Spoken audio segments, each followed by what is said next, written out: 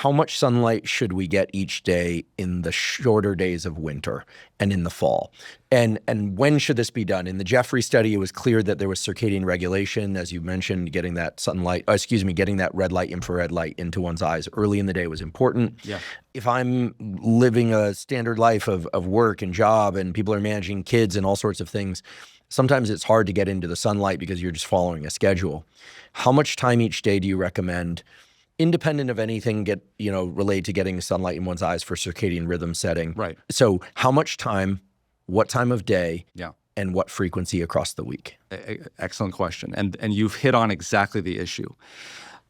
Based on Glenn Jeffrey's studies, based on another study that was actually done in Brazil, it was actually an interventional study in COVID that showed that just 15 minutes a day for 7 days was enough to actually get people with COVID out of the hospital faster. This was a randomized, placebo-controlled, double-blinded, amazing study, 940 nanometers. So when I talk to Glenn Jeffrey about this, he says he sees it in humans, he sees it in bees, he sees it in insects. It's all the same. The mitochondria behave exactly the same. When you say 940 nanometers, you're talking about long wavelength light coming from an artificial source? Correct. Okay. Yeah, that was 940, and it was actually very low. It was about 2.9 milliwatts per square centimeter. So lower energy. Most people Yes. are not going to own a far red, or an infrared light. So Yes. I just want to emphasize again for people, you can get that wavelength and all the other relevant wavelengths from the sun. Exactly. That's your red light therapy, folks. Exactly. And this is what I'm trying to say. It's like, this is not like some powerful laser that they were using. This is 2.9 milliwatts. I mean, sunlight, all of sunlight is about 100 milliwatts per centimeter squared.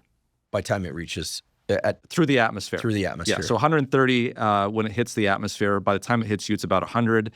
If you're looking at just infrared light, we're talking about 20 milliwatts per square centimeter. And so this was 2.9 at a very specific wavelength. So something that's completely doable. Okay. And so what they did, it was 15 minutes a day for 7 days. And what Glenn Jeffrey was telling me is that, Roger, it doesn't matter if it's in insects, if it's in bees, if it's in humans.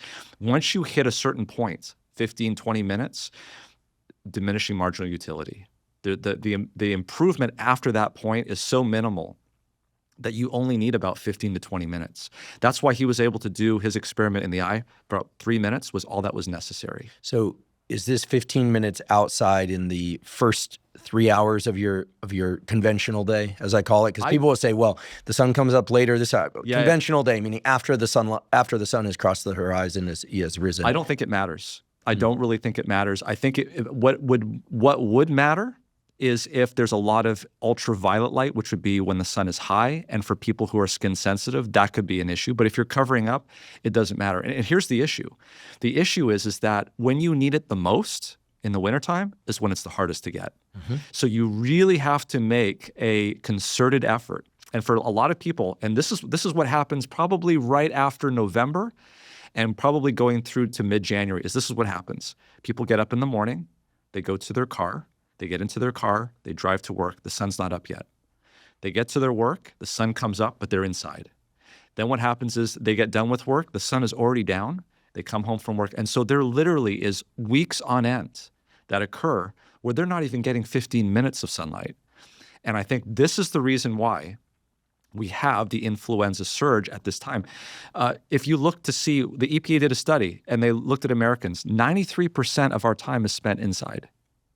86 inside a building, 6 to 7% inside of a vehicle. And this is a relatively new thing.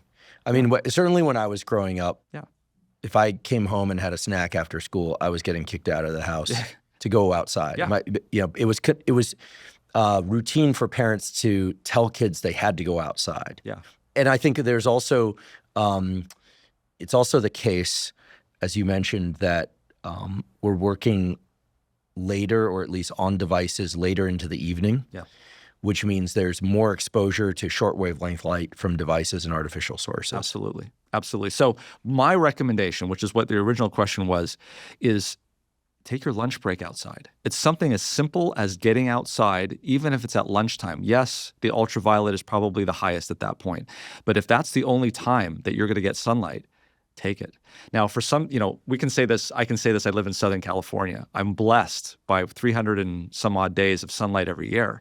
What do you do when you're in Boston? What do you do if you're in New York? What do you do if you're in England, in Sweden, and these places where there isn't a lot of light? Well, there's a study that was done looking at infrared lamps, right?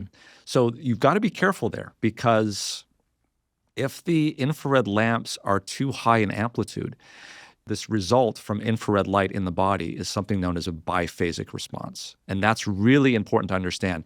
Don't come into this if you're going to get a red light therapy and think that more is better, because more may not be better.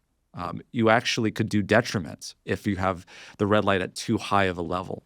So I would match it to what we're getting from the sun. As you said, the sunlight is your best infrared or red lamp.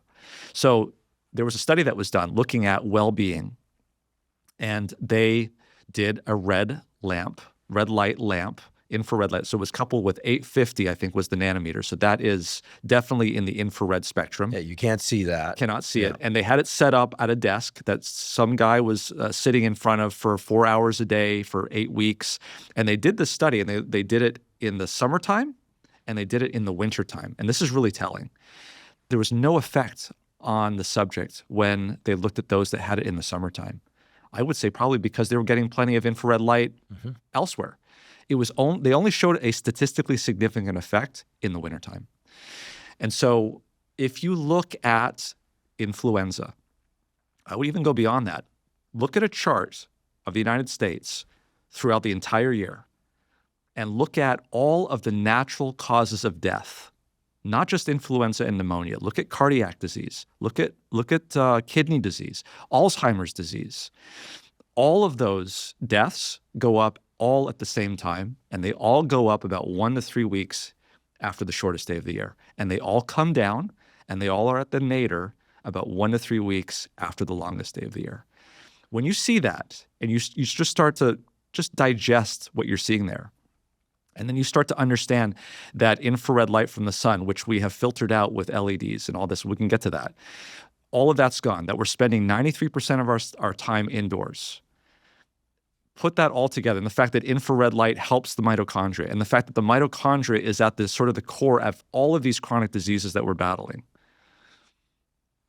It really wakes you up, and you start to realize that maybe the lowest hanging fruit that we can do right now today for literally no money is simply to just work on getting more sun exposure in the wintertime.